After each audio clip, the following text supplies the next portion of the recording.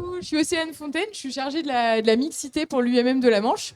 Et donc, je suis ici pour vous parler des filles de l'industrie. Donc, pourquoi pas moi. C'est un programme initié et soutenu par l'UMM Manche, l'UMM national. Aujourd'hui, je suis accompagnée par une entreprise qui est venue pour parler haut et fort sur l'entreprise et l'entreprise au féminin. Donc, bonjour, moi je suis Céline Perret, directrice d'une usine de fabrication de câbles, donc industrie de la métallurgie. Et voilà, on va avec Océane essayer de déconstruire quelques clichés sur les femmes dans l'industrie. Exactement. Donc nous avons fait venir deux jeunes femmes. Je m'appelle Elisa, j'ai 28 ans. Et Lilou, 18 ans. Ok, super. Bah, soyez les bienvenus et merci d'avoir accepté ce temps de partage. Donc l'industrie, qu'est-ce que c'est? Il n'y a pas une, mais des industries. Qu'est-ce qu'on y fait dans l'industrie selon vous? Qu'est-ce qu'on y fabrique? De tout, il y a l'agroalimentaire, le pharmaceutique, la métallurgie, un petit peu de tout, quoi. Exactement, c'est très varié. Tu aurais une définition à nous donner ou pas forcément? Comment toi tu imagines l'industrie et ce qu'on y fait? Effectivement, on y fait de tout dans l'industrie. Donc, on part d'une matière première brute et ensuite, on arrive à un produit fini. Les téléphones que vous avez dans vos poches ou simplement des stylos, c'est fait par l'industrie. Nous, aujourd'hui, on est là pour parler de l'industrie de la métallurgie en particulier.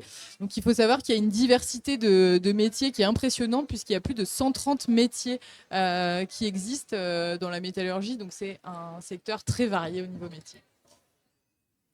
Quels sont les produits qui sont fabriqués selon vous? Donc on l'a un petit peu abordé tout à l'heure, mais qu'est-ce qu'on pourrait y fabriquer comme produit dans la métallurgie? À peu près tous les objets qu'on utilise. Des voitures, Exactement. Des voitures, des camions, des avions. exactement. Des sous-marins, des bateaux, des chalutiers. Et plein d'autres objets qui vont rentrer dans d'autres industries, des cuves, des tuyaux, et tous les éléments qui sont à l'intérieur et qu'on va assembler pour le produit fini. Combien d'entreprises sont adhérentes chez nous dans la Manche, à votre avis? J'ai mis un petit échantillon de logos d'entreprises. Peut-être qu'il y a certains logos que vous pouvez reconnaître. Est-ce qu'il y en a que vous connaissez? Naval Group. Chéreau, Guérin. C'est tout ce que je vois par chez nous. Sur Saint-Lô, on a Seb Moulinex, on a Agilink, on a HPC, on a, enfin, sur le secteur, hein, sur le bassin, on a Le Capitaine, on a Publicité François, CTI, Chantreuil. Pas très loin, on a aussi Metaltech Le Giré, on a Chéreau dans le Sud-Manche, Guérin France, qui est pas très loin d'ici non plus, Mauviel 1830, Franqueux. Dans le Cotentin, on a Naval, Orano, JSP Industrie, Efinor, Framatome, ACE, Groupe M et G, Vernova. Donc on a vraiment une quantité d'entreprises impressionnante. Jusqu'à ce jour, on compte 180 entreprises adhérentes sur toute la Manche. Donc on est vraiment sur un territoire riche en industrie. Et à votre avis, quel est le pourcentage de femmes dans nos industries? Alors moi, sachant que j'ai déjà de Très faible parce l'expérience que dans je le sais domaine, qu'une amie était partie en je dirais qu'on métallurgie, est c'était la allé seule, 15%. presque la seule fille de sa classe. Tu dirais combien, toi? Moi, je dirais très faible parce que je sais qu'il y a une amie qui était partie en métallurgie aussi. Et je crois que c'était l'une des seules de sa classe. À ce jour, on a 20% de femmes dans nos industries et notre objectif, c'est d'arriver à 30 d'ici 2030. Et pourquoi il y en a si peu, à votre avis? Des stéréotypes. Donc là, on a les stéréotypes. Voilà. C'est des stéréotypes et des clichés qui persistent. Effectivement.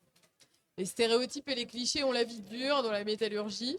C'est bien pour ça qu'avec Céline, qui est directrice de l'usine Agilink à 40 ans, on va déconstruire ensemble les clichés aujourd'hui. Et on a un petit jeu de cartes qui va nous aider à ça. Bonjour. Je t'invite à tirer une carte, à choisir celle que tu veux. En tant que femme, c'est difficile de s'intégrer dans une équipe masculine. Qu'est-ce que t'en penses, Céline? Alors moi, ce que j'en pense personnellement, que c'est faux, puisque nous, dans l'usine où je travaille, on est 30% de femmes, des équipes de production mixtes, mais en production beaucoup masculine, et aucun souci pour s'intégrer en tant que femme. Au contraire, la diversité, en fait, permet plus d'échanges et que ce soit quelque part plus facile. Est-ce que tu veux tirer une carte? L'industrie n'innove pas. L'industrie n'innove pas. Eh bien, regardons le nombre de brevets déposés par l'industrie et quelque part même dans des petites entreprises. Je suis dans une petite entreprise, on a un bureau d'études, des brevets qui sont déposés et des innovations chaque mois sur les produits. On a des services recherche et développement également dans beaucoup de structures. Donc effectivement, avec la recherche et le développement, on avance et bien sûr qu'on innove. Travailler en usine, c'est répétitif, pénible et sale. Non, ça dépend des usines, je trouve pas, moi. C'est pas, enfin, moi où j'étais, c'était pas répétitif, c'était pas sale. Bon, pénible, juste la nuit. Travailler de nuit. Oui. Non, ça va, mais bon, je pense que les trois quarts des gens n'aiment pas trop travailler avec des horaires un peu. Voilà quoi. Apparemment, il s'est tourné dans les équipes, justement pour pas que ce soit répétitif. Alors Céline, qu'est-ce que tu as à nous répondre sur ça? Le côté répétitif, faut oublier, dans beaucoup d'usines, il faut oublier de penser travail à la chaîne, puisque c'est plus... Voilà. En tout cas, chez nous, c'est pas du tout organisé comme ça. Donc voilà, le côté répétitif, travail à la chaîne, non. Nos ouvriers ont des travaux qui sont relativement variés, des changements de production réguliers. Ils doivent adapter leur ligne, faire des réglages. Donc, c'est assez varié. Est-ce que c'est sale? Alors, on est dans l'industrie métallurgie. Je citais à Océane hier, nous, on a un opérateur qui est sur chaîne de production, qui travaille en chemise et qui reste très propre toute sa journée de travail. On travaille aussi dans des domaines comme le nucléaire. Concrètement, c'est de la chaudronnerie propre. On travaille dans des salles blanches. On pourrait travailler en chemise. On travaille même avec des gants parfois. Donc, est-ce que tu veux déconstruire un autre cliché? Par rapport à la première carte qu'on a tirée, parce que personnellement, je suis plus dans l'aide à la personne. Donc, généralement, c'est plus dans les métiers féminins, genre les aides-soignants, etc. C'est dit que dans les équipes entièrement féminines, il y a plus de problèmes que quand il y a des hommes avec les femmes. Donc, en soi, vaut mieux un mélange des deux qu'une seule personne à chaque fois. Effectivement, créer de la mixité, c'est aussi créer de l'échange. Et grâce à la mixité, c'est des équipes qui fonctionnent mieux grâce à la diversité. Un équilibre, en fait, dans les équipes. Exactement.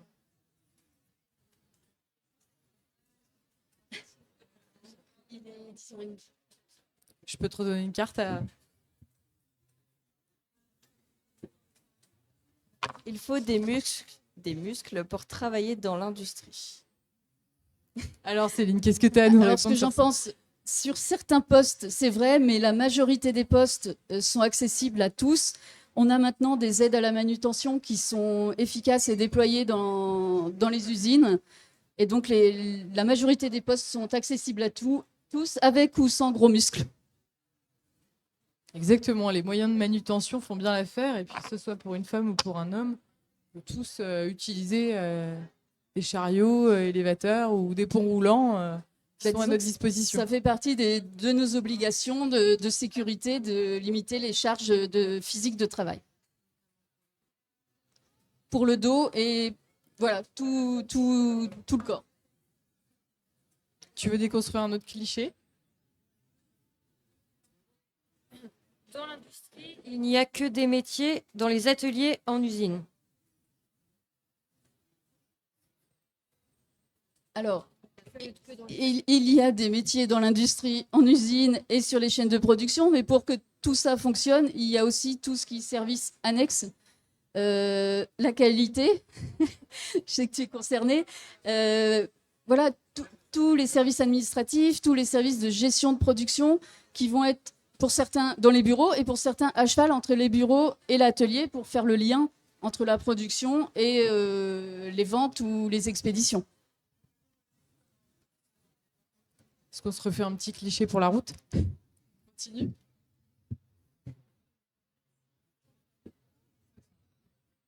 Il faut être prêt à se salir pour travailler dans la mécanique. On en a déjà parlé un petit peu, donc ce que disait Océane, non. Les industries du nucléaire sont dans des salles blanches. Chez nous, on travaille le cuivre et le plastique. On n'est pas dans des salles blanches, c'est un atelier gris. Mais il est tout à fait possible, en ayant un poste de travail propre et rangé, de pas se salir du tout. Ça dépend plus de la personne en elle-même.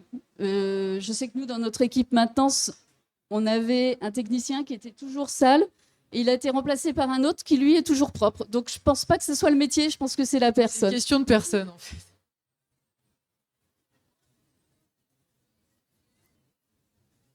Les salaires ne sont pas élevés dans l'industrie. Qu'est-ce que tu en penses?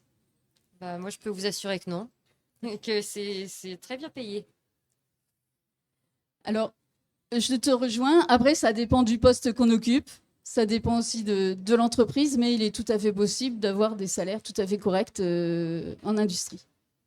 Effectivement, les statistiques le justifient. Dans l'industrie, il y a des rémunérations qui sont supérieures à d'autres secteurs d'activité.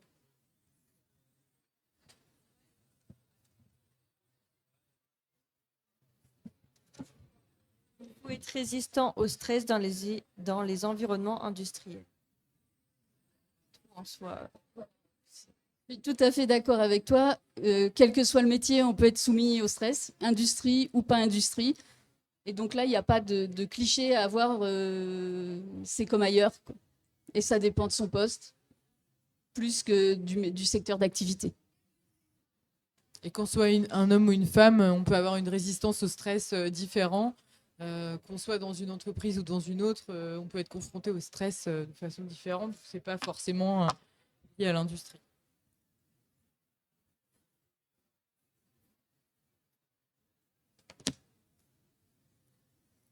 Les femmes ne sont pas faites pour les postes de direction. Alors Céline, là, tu es bien placée pour nous le répondre. Bah d'abord, je ne sais pas ce qu'on pense. bah, personnellement, dans les cadres et tout que j'ai déjà vus dans mes lieux de stage, c'était principalement des femmes et ça se passait très bien. Enfin, Et toi, tu as peut-être quelque chose à nous dire?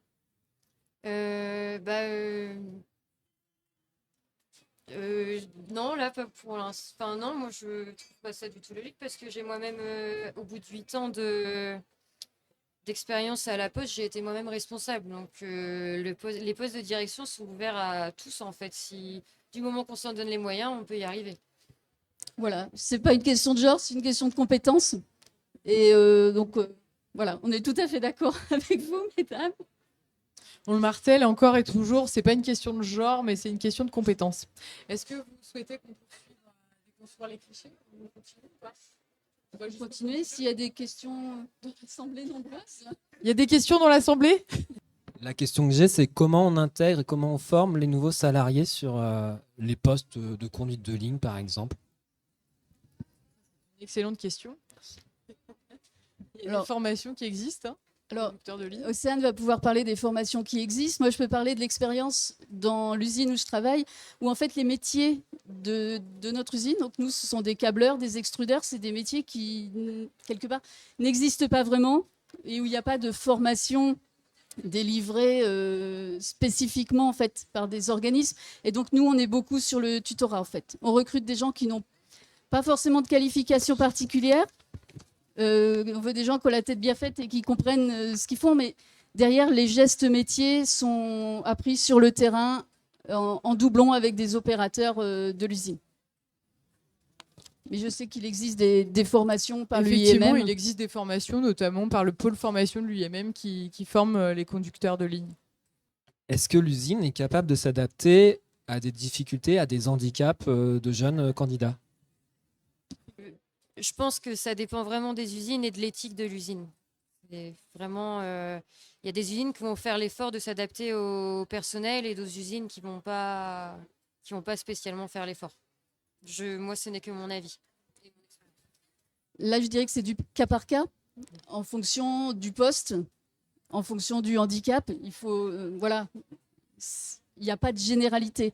Mais je sais qu'on a envie de s'ouvrir vers ce monde du handicap. Et je sais que nous, notamment, on participe cette année aux Duo Days, qui sont d'accueillir des personnes en situation de handicap en stage dans l'entreprise, leur faire découvrir l'entreprise, et puis nous aussi, casser un peu les clichés auprès des salariés. C'est compliqué. Ouais, quand on n'est pas habitué, surtout. Effectivement, c'est des sujets qu'on retrouve aussi en RSE. En tant que coordinatrice RSE pour l'UMM de la Manche, j'ai à ce jour une petite trentaine d'entreprises qui sont entrées dans la démarche et elles sont toutes mobilisées pour accueillir des personnes en situation de handicap. Toutes sont sensibilisées, toutes mènent des actions et effectivement, il y a encore du travail à faire, mais ça progresse et ça évolue. Tiens, peut-être une autre carte. Allez, pour la route.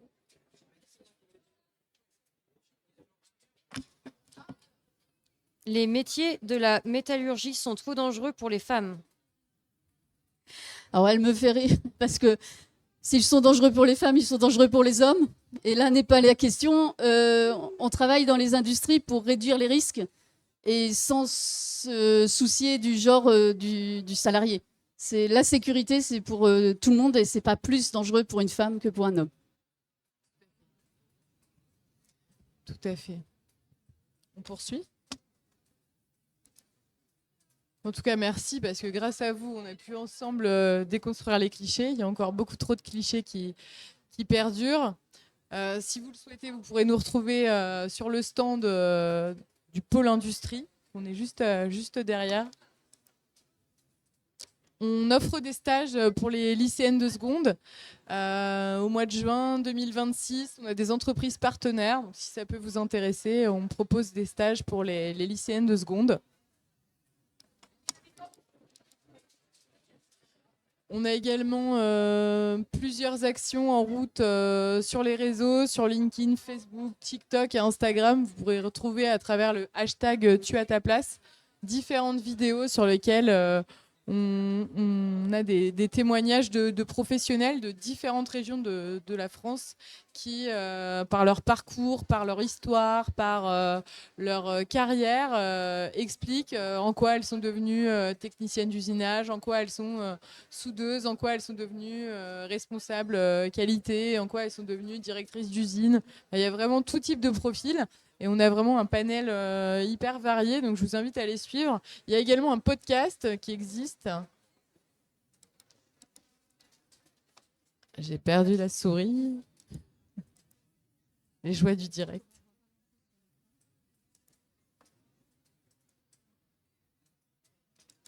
Voilà. Voilà, donc elles témoignent toutes. On a un podcast que vous pouvez suivre. Et on a également la vidéo de la boîte à clichés avec Émilie S et Laure Dupont, qui sont deux jeunes femmes de l'industrie. Une est chef de projet et l'autre est ingénieur facteur organisationnel humain. Et ces deux professionnels déconstruisent ensemble les clichés, comme vous venez de le faire à l'instant. Et donc, cette vidéo est disponible sur YouTube si vous souhaitez écouter les différents clichés qui sont déconstruits. Voilà, merci à tous d'avoir suivi cette petite conférence. Merci pour votre présence. Merci pour votre présence. Un public très chaleureux, très à l'écoute surtout. Merci.